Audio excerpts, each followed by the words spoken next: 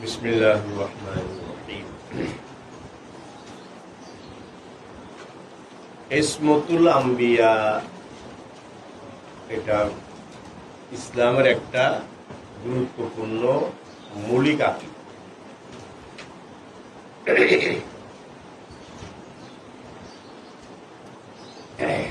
ইসমত শব্দের অর্থ হলো রক্ষা করা, হেফাজত করা।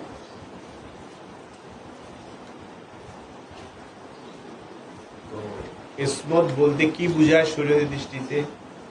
ইসমত বলতে বোঝানো হয় নবীগণের নিষ্পাপতা, হৃদয়ের পুত পবিত্রতা, চরিত্রের নিষ্কুলসতা। এটা হলো সংক্ষিপ্ত। সব নবী রাসূল নিষ্পাপ, নিষ্কলুষ এবং পুত পবিত্র ছিলেন। নবুয়ত প্রাপ্তির পূর্বেও পরে। এ হলো আহলে সুন্নাত জামাতের আকীদা। নবুয়ত এবং ইসমত দুটোর মধ্যে সম্পর্ক তালাজুম। দুটো একেবারে ওতপ্রোতভাবে জড়িত। যিনি নবী হবেন, রাসূল হবেন, তার জন্য ইসমত অবশ্যম্ভাবী। তার থেকে ইসমত এক মুহূর্তের জন্য পৃথক হতে পারে না।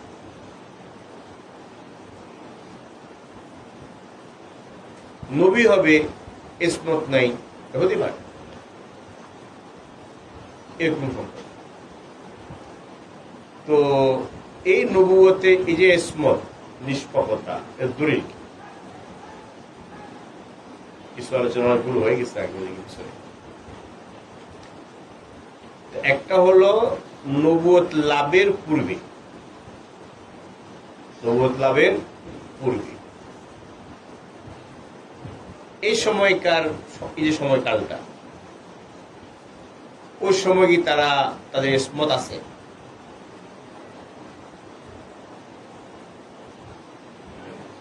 কোরআন সুন্নাহ থেকে বোঝা যায় ওই সময়ও তারা নিষ্পাপ।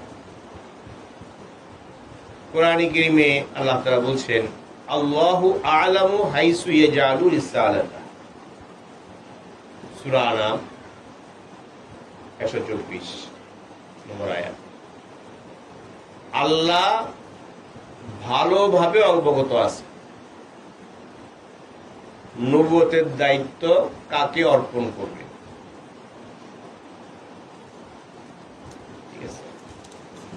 তো আল্লাহ তাআলা যাকে নবুয়ত অর্পণ করবেন তার সম্পর্কে উনি ভালোভাবেই কি জানেন। তো যে ব্যক্তি নবুয়ত দেওয়ার আগে গুনাহে লিপ্ত হয়, কি হয়? গুনায়, অপরাধে, নাফরমানিতে লিপ্ত হয়, আল্লাহ পানা, তো সে ব্যক্তি কি আল্লাহ দেবে নবুয়ত? দেবে? নবুয়তটা মাওহাবা, খোদা প্রদত্ত। এটা কসবি না, কেউ চেষ্টা সাধনা করে নবুয়ত করতে পারে না। কিন্তু আল্লাহ তাআলা নবুয়ত এমন ব্যক্তিকে দেন যে ব্যক্তির মাঝে জাহিরি বাতিনি যাবতীয় কামালাত, যোগ্যতা এবং গুণাবলী থাকে। তাদের আল্লাহ বললেন আমি ভালো জানি, তাকে দেব। সুস্পষ্ট কথা না, কোরআন আয়াত পরিষ্কার। রাসূল করিম সাল্লাল্লাহু আলাইহি ওয়াসাল্লাম সম্পর্কে কোরআনে কি সূরা ইউনূসে আছে, ফাকাদ লাবিস্তু ফীকুম উমরান মিন ক্বাবলিহি আফালা তা'কিলুন। সূরা ইউনূস 16 নম্বর আয়াত। অর্থাৎ নবীজির নবুয়ত প্রাপ্তির আগের যে জীবনটা আছে, ওই জীবনটাকে আল্লাহ তাআলা নবীর নবুয়তের দলিল হিসাবে পেশ করছে। নবীর কি? নবুয়তের দলিল, সদাকতের দলিল, যে সত্য নবী, তার সততা, এই সত্য নবী হওয়ার দলিল হিসেবে পেশ করছে। বলছেন কেন তোমরা আমার সঙ্গে আমাকে এখন কবি বলো, জাদুকর বলো?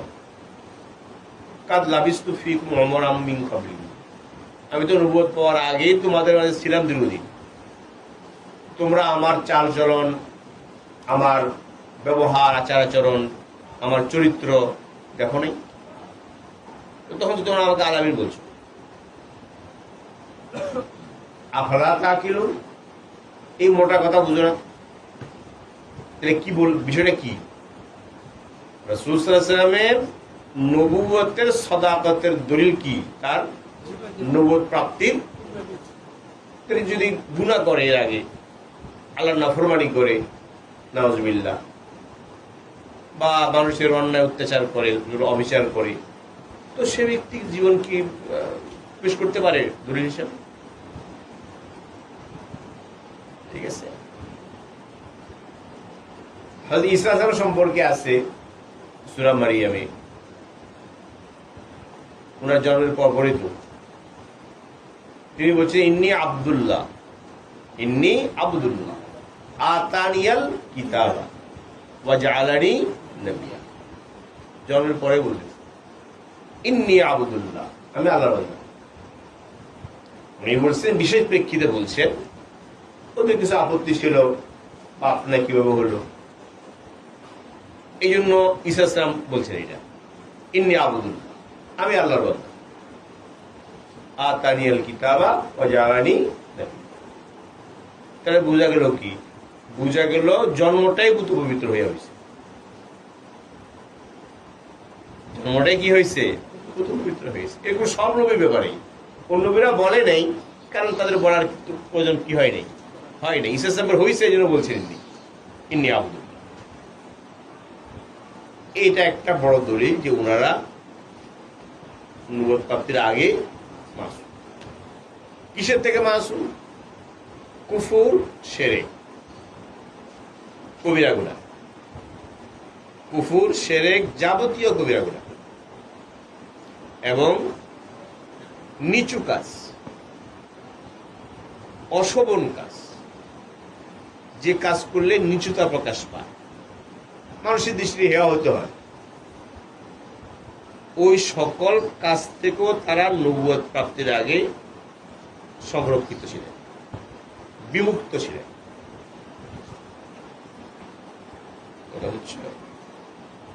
যদি একজন ব্যক্তি নবুয়ত পাওয়ার আগে আল্লাহর নাফরমানি করে, অন্যায় কাজ করে, অবিচার করে, নিচু জাতের কাজ করে, তো ওই ব্যক্তির প্রতি কি মানুষের ভক্তি শ্রদ্ধা থাকবে? থাকবে। নবুয়ত তো বহুত উপরের জিনিস, সাধারণ ভক্তি শ্রদ্ধা আছে না, এটাকে থাকবে? আর এমন ব্যক্তিকে যে আল্লাহ নাফরমানি করে নবুয়ত পাওয়ার আগে, আল্লাহ তারা বাছাই করবে কেন?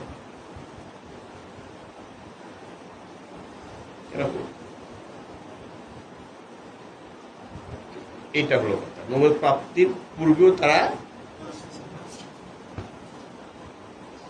হযরত মাওলানা বদর আলী বিরুটি রাহমাতুল্লাহ যে তাজবুল সুন্নাহ এক খণ্ডে আছে, বিরাট ইসলামের উপরে, ওখানে অনেকগুলো আলোচনা আছে রাসূল ইসলামের নবুয়ত প্রাপ্তির আগে যে ফিয়াহাদিত ফুলিয়া, শৈশবে যে কিভাবে আল্লাহ তাকে হেফাজত করছে, সমর্থন করছেন, বিভিন্ন বাক্যে আছে, দেখে যাক।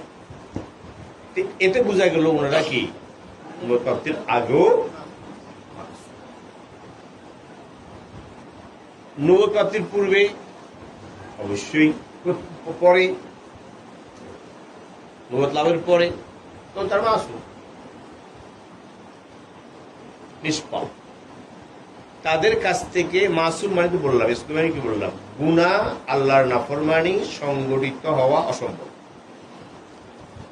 এই অসম্ভবটাই হলো সম্ভাবনা আছে, এটা স্পষ্ট পরিবর্তন হয় না, সম্ভাবনা আছে, এটাও স্পষ্ট,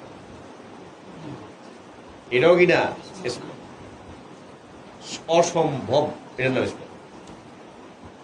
মহাল, গুনাহ হওয়া মহাল, এটাকে বলে স্পষ্ট।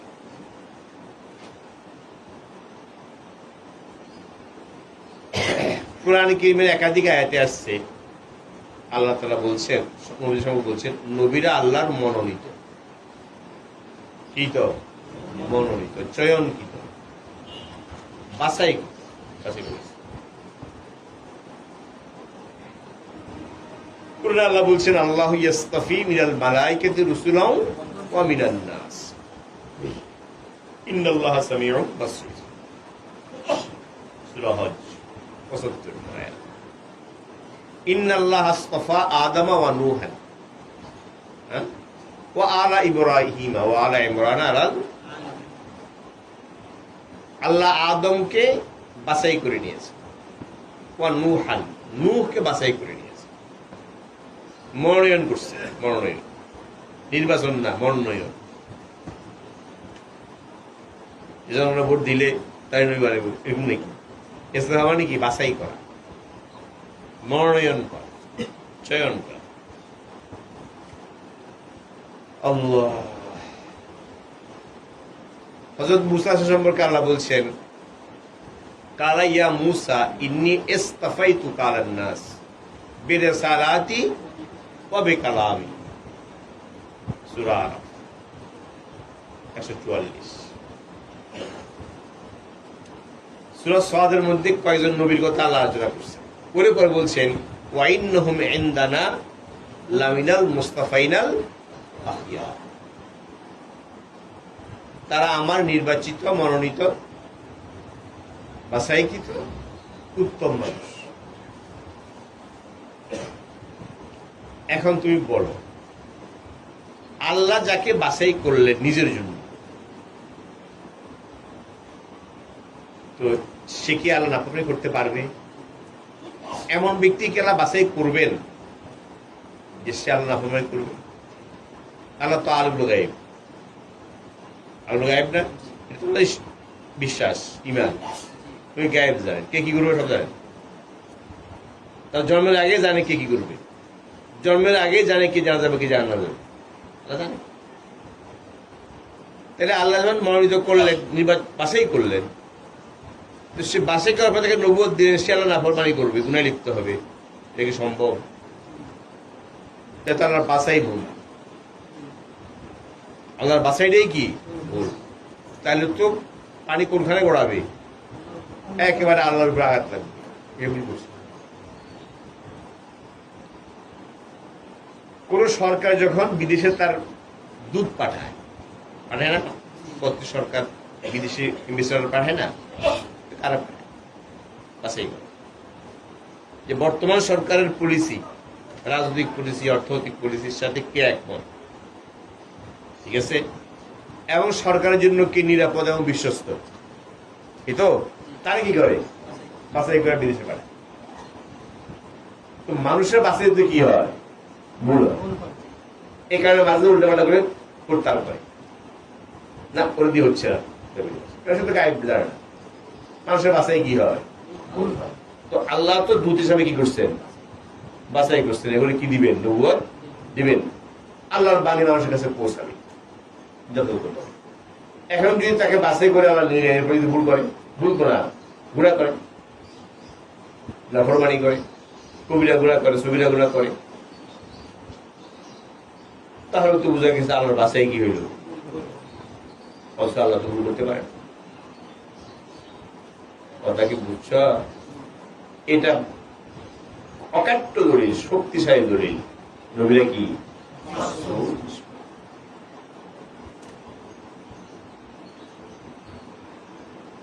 আগের পয়েন্টটা তোমরা শুনো নাই, যে তোমাদের জ্ঞান ক্লিয়ার হবে না, এখন করার সময় আমার নেই। তো নবী থেকে নবুয়ত প্রাপ্তির পরে কবিরা, সগীরা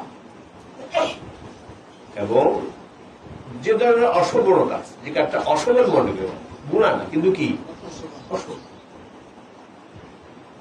এই কাজটা করলে মানুষ তাকে হেয় করবে, তুচ্ছ জ্ঞান করবে, তার মর্যাদা নষ্ট, নিচু জাতের কাজ। আচ্ছা, এই কাজ তো নবী দেখি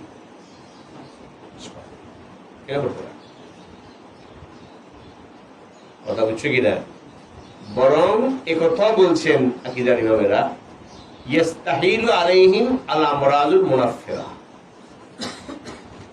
কোন নবীর এমন রোগ হতে পারে না, অসম্ভব, যে রোগের কারণে মানুষ তারা ঘৃণা করে, তার কাছে যায় না, গন্ধ বের হয়, পুষে গেছে হাত পা, পোকা পড়ে গেছে, করোনা আইভাইরাস সম্পর্কে সম্পূর্ণ মিশা কথা, এগুলো কোনো জাল, কিচ্ছু নাই, এগুলো কোথাও নাই, এগুলো সব ইসরায়েল রাবায়েত জাল। জাবরুল ইসলাম কি হয়েছে, এমন অসুস্থ হয়েছে, ভোগাই গেছে, গাছের এগুলা সব অভিত্তি। একজন নবীর ইসমতের সাথে এটা কখনই যায় না। নবীরা এ ধরনের রোগ থেকে পান, যে রোগের কারণে মানুষের কি আসে, তার প্রতি ঘৃণা আসে, তার থেকে দূরে সরে, এটা নবীর হতে পারে। যা বলে কোথাও নাই, বানানো জিনিস যা কথা বুঝছো। এই হলো কর্মদলিল দুই, কর্মদলিল হলো দুই, নবীরা কি মাসুম। কোরআনে কিন্তু বহু জায়গায় আসছে নবীর নিঃশর্ত আনুগত্য। নবীর আনুগত্য কি শর্ত সাপেক্ষ না শর্তহীন? আল্লাহ আনুগত্য শর্তহীন। ওমা আরসালনা মির রাসূলিন ইল্লা লিইউতা বিইজনিল্লাহ।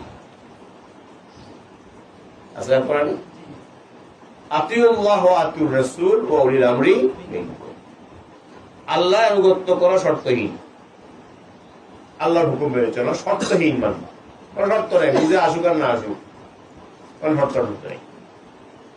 ওয়া আতিউর রাসূল, এখানে আমেলকে আদা করছে, রাসূলের কি করো আনুগত্য করো শর্তহীন, যাই বলবো যা মানবা। কথা কি বুঝছ? উলুল আমর যারা, ওদের আনুগত্য কি না শর্তহীন, শর্ত সাপেক্ষ।